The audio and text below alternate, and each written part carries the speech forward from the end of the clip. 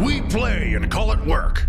Hello there, Wargamers, and maybe future fans of Necrons. I am Luka from MiniWarGaming, and this is a newer video series that we have decided to start doing here in quarantine. Matthew has both inspired and commanded me to do a series of my own, and I have no problem doing that, because I do think these videos could be very insightful to newer players into the hobby.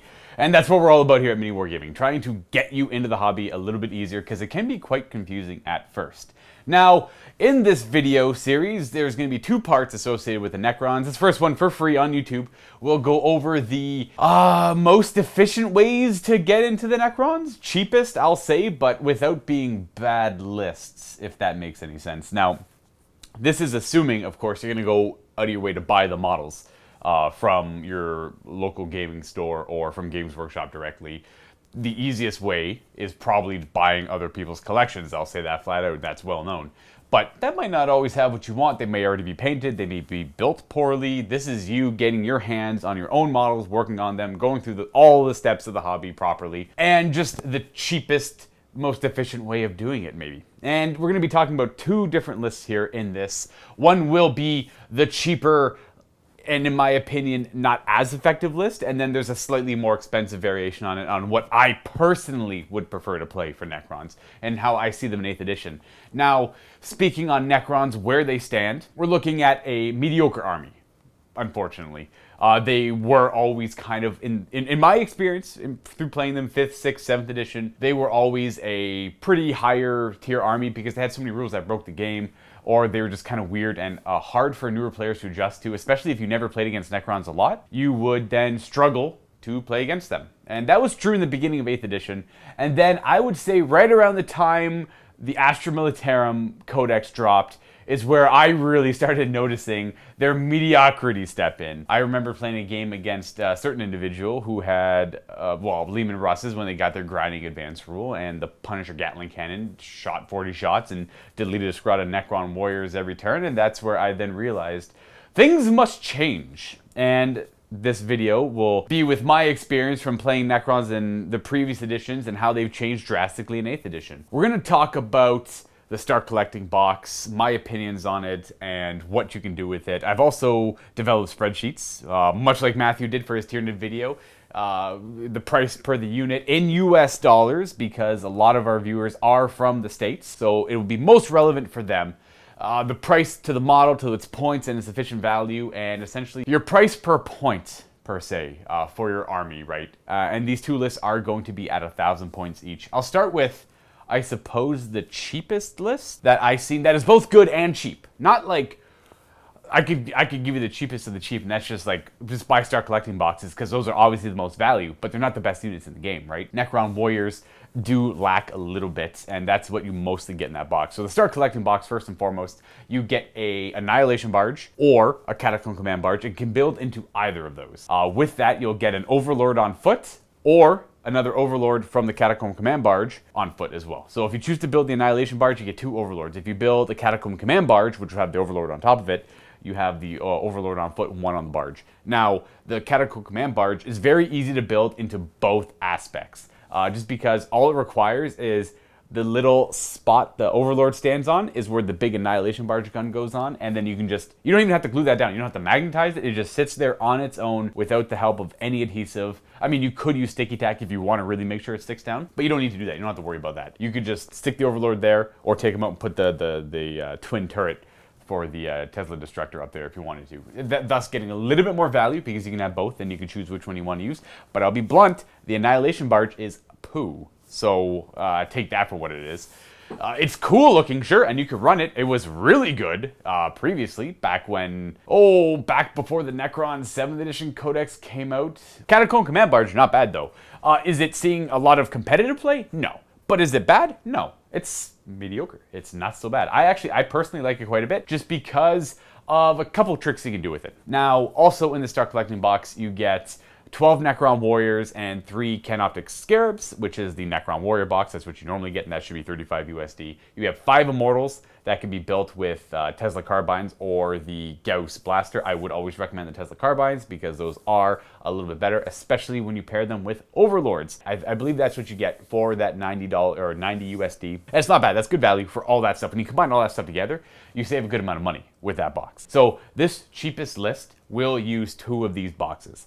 You're going to buy 2 of them for 180 USD. You're going to buy a Cryptek, which is an amazing support character. That's $18. And you're going to want to give him a, well, the Cryptek I'm talking about is the one with the Chronomatron. It is a little device that gives a 5-up invulnerable save to all Necron infantry, I believe, within 3 inches against shooting attacks only. And that is awesome. I couldn't recommend it more. $18, pretty effective. And 95 points for that build with a Staff of Light. And you're also going to want to buy Destroyers. Because again, this is built to 1,000 points. So when you look at competitive Necrons, I forgot to mention the video in the vault will be about more what you can do with Necrons when you expand past 1,000 points. My preferred play styles with them, a little bit more competitive insight if you do want that edge in what the meta players are playing. I would like to inform you that the meta does always change. I should have said this a little bit earlier in the video, but it kind of slipped my mind. The idea of this video is to help you build for the future. It's things that are always going to be good or always going to be useful in a Necron list, no matter what changes in the additions. That is another thing that I took into consideration when helping you build these lists. It's not what is hot right now, it is what has been good in the past, what is good right now, and what will probably be good in the future.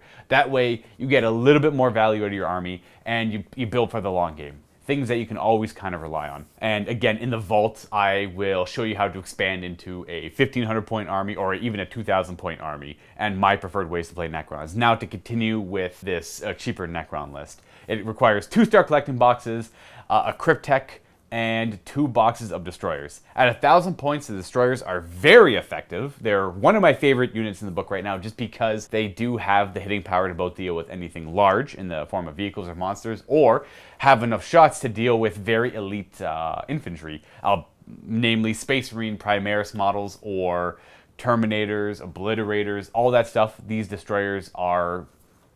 they're meant to destroy. They are good at killing literally everything in the game except for massive hordes, such as 40-man squads of cultists or Tyranid Hormagon swarms, things that have like 30 or 40 models in them, right? These guys only have 18 shots, albeit they're very effective with those 18 shots. They're very accurate, especially with a stratagem called Extermination Protocols, which lets you reroll all hit and wound rolls. Now, the configuration of this Necron list is going to have you building 1 Catacomb Command Barge, 1 Cryptek, and 1 Overlord on foot, which means you're not going to be utilizing the Annihilation Barge or the 2nd Catacomb Command Barge. With the 2 boxes, you're also going to get 2 units of 5 Immortals. You're going to combine those into 1 10-man squad of Immortals. This is, again, my recommended list. You can change this up any way you think is most effective. You're also going to utilize the 2 sets of Warriors you get. One's going to be a 10-man unit, one's going to be the 12-man unit just because of points. You're not going to use any of the Scarabs just because I couldn't fit them in here. And the rest of the points go into the 6 Destroyers. Now, the Cryptek is important, and so is the Catacomb Command Barge and the Overlord on foot. All 3 of these heroes have a very specific goal.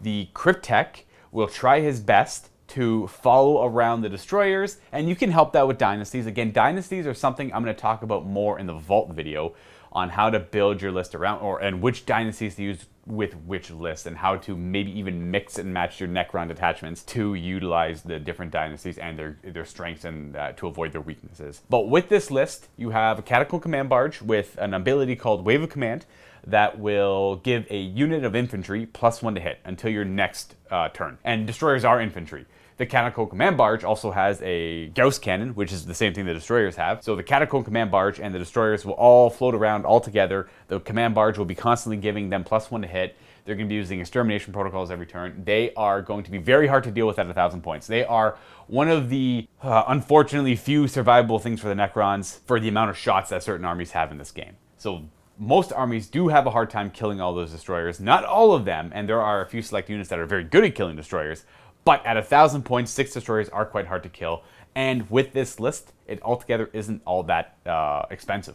which is the idea of this cheapest Necron list. As well as the Crypt deck trying to follow around these destroyers and giving them a 5-up invulnerable save. But if you don't feel like doing that, the Crypt deck is also good at sticking near the Necron warriors and the Immortals, giving them a 5-up invulnerable save against shooting. Now, the next thing is the Overlord will be following around the Immortals on foot, giving them +1 hit for his similar ability called My Will Be Done, which is identical to the Wave of Command on the Catacomb Command Barge, except it is a shorter range. It's only 6 inches as opposed to the 12 inches on the Catacomb Command Barge. That will give the Immortals, again, I highly recommend building them with Tesla carbines because they explode on 6s to hit, or 6 pluses to hit. Therefore, if you give them +1 to hit with My Will Be Done, you will be exploding on 5s and 6s. And a Strength 5, AP nothing, Assault 2, it's just all around a really good gun, and even better when utilized with this Overlord.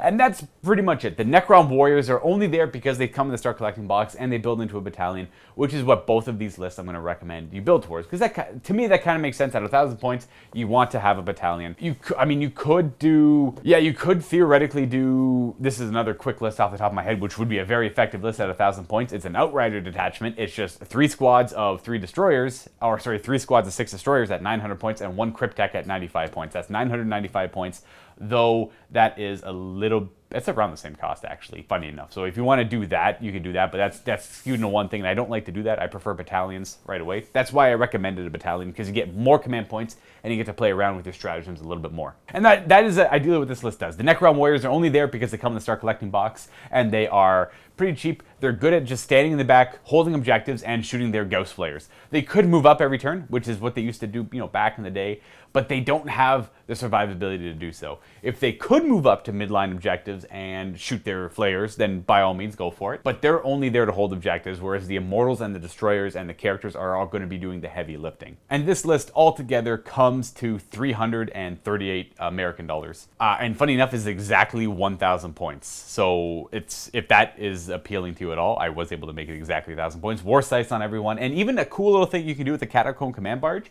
is you can give it a Necron relic called a Lightning Field, which gives it a 4-up invulnerable save, and at the beginning of the fight phase, it does a mortal wound to an enemy or all enemies within 1 inch on a 4 or more, which is just a secondary effect. You want it to have the invulnerable save because it doesn't normally have one, even though the character has one on foot.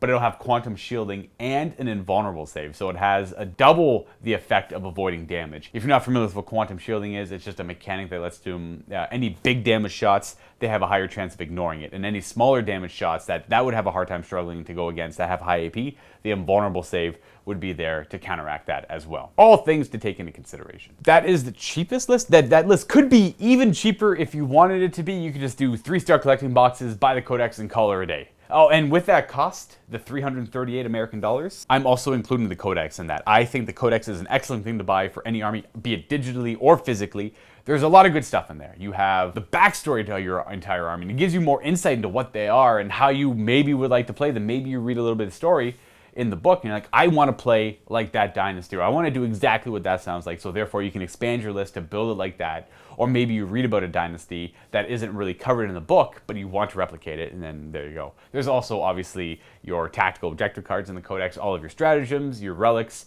and your warlord traits, and all of the data sheets for your units. Now, I know there's a lot of FAQs and erratas and all that stuff, but you can just pen that into your codex if you wanted to, or print them out and reference them. The Necrons didn't get hit that badly, just a few clarifications on how their abilities actually work. And even then, when the codex came out, it included a lot of those errata that was from the index. The codex is solid, a solid buy. If you really wanted to, it all depends on when this video actually comes out, but there is word right now of the Pariah book coming out, and this will include additional Necron rules. Now, at the time of this recording, I don't have any information as to what is in there, and thus is why I'm trying to give you a list that I think will be good no matter what. Now, chances are, because of the pattern of the previous Psychic Awakening books, you're going to be looking at increases to units that don't see much play. So Praetorians are probably going to have cool, unique upgrades on stratagems there.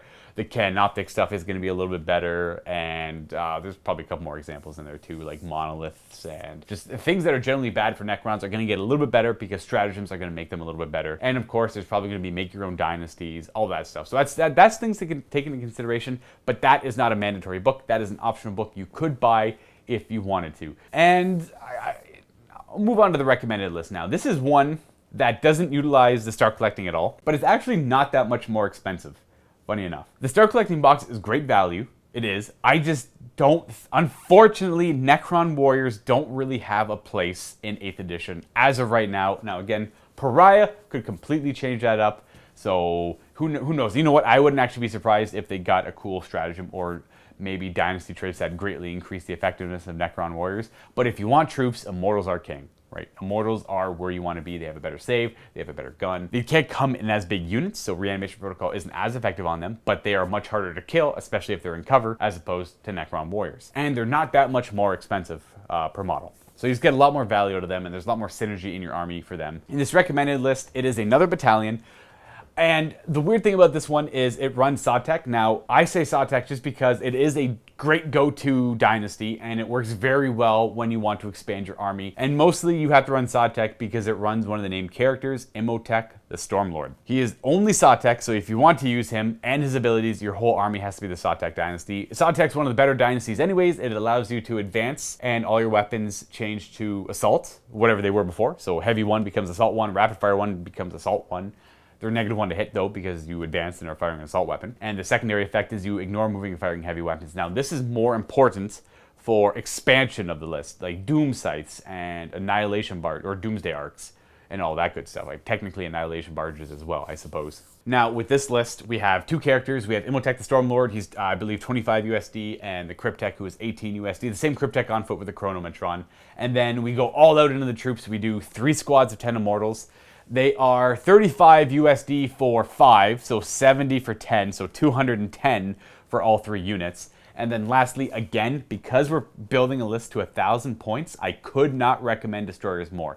You could go with Doomsday Arcs because they're excellent at taking out larger enemy threats, but at 1,000 points, I dare say the Destroyers are probably more effective because they're more mobile, and they can also deal with any threat that you would see at 1,000 points. They could one-shot repulsors. That's probably the best example. I've definitely had them one-shot repulsors before. That is a little bit skewed dice though. Like you need some pretty good dice. They can definitely cripple a repulsor in one volley, do more than half its health in one shot. Or if Extermination Protocols maybe effectively kill it, again with a little luck on your side. I gotta say, it's probably one of your biggest threats at 1,000 points, other than like Knights and stuff. But I've had them do great work against Knights as well, but whereas the Doomsday Arc would be a little bit better against Knights. But I recommend Destroyers, mostly because just their mobility and their hitting power and the fact that they can kill elite infantry, whereas the Doomsday Arc isn't as good at killing elite infantry. It does skew more into killing the larger things. So if you're fighting a lot of Space Marines, if you're fighting a lot of, I'm trying to think of another, like,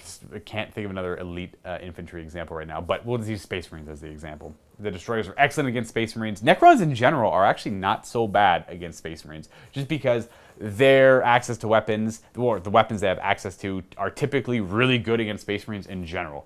Just like, oh, there's AP on everything, it's the same strength as their toughness or higher, and they typically have a lot of shots too. Like the Tesla are amazing. They don't have AP, but they're strength 5, so they wound most Marines on 3, all Marines on 3s, unless they're Centurions, or in Gravis armor.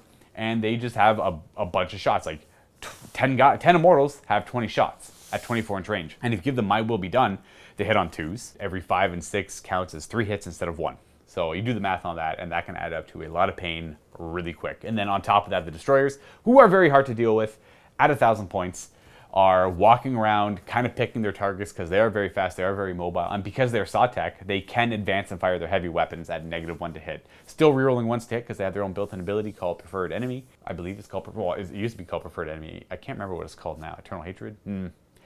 The name escapes me. Anyways, that recommended list, including the Codex, runs at $393, so it's still short of $400, but it's about $60 or $55 more expensive. But I think you get all around a more well-rounded list, mostly because it revolves around Imhotep the Stormlord, who has always been a good character in the past, who is a good character right now, and who will probably be a good character in the future. He has the ability to give My Will Be Done to 2 infantry units. He gives you an extra command point when you start the game. And there is a Necron stratagem called My Lord's Will Be Done, or My Pharaon's Will, which allows a Necron Overlord, which he is, to use his My Will Be Done ability again. So he could technically use it 3 times. And you could target all 3 Immortals with that, or target 2 Immortals and the 1 unit of Destroyers to give all 3 of those units +1 to hit, run and charge. I didn't mention that earlier, but those secondary ones aren't usually as big. For the remainder of your turn, your opponent's turn, as well and until the start of your next turn. And the fact that he gives you 1 command point effectively lets him use that ability once for free, if you want to look at it that way. And lastly, he is the Lord of the Storm.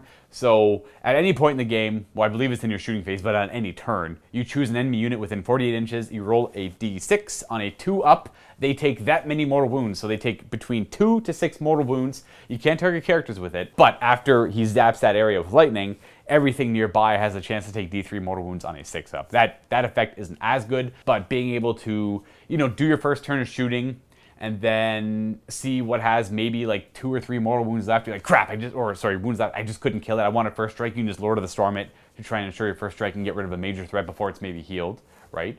Or somehow brought back. It is a great finisher ability. Don't open with it, but finish with it. Don't use it turn 1 if you don't need to. If you've already got first strike, don't worry about it.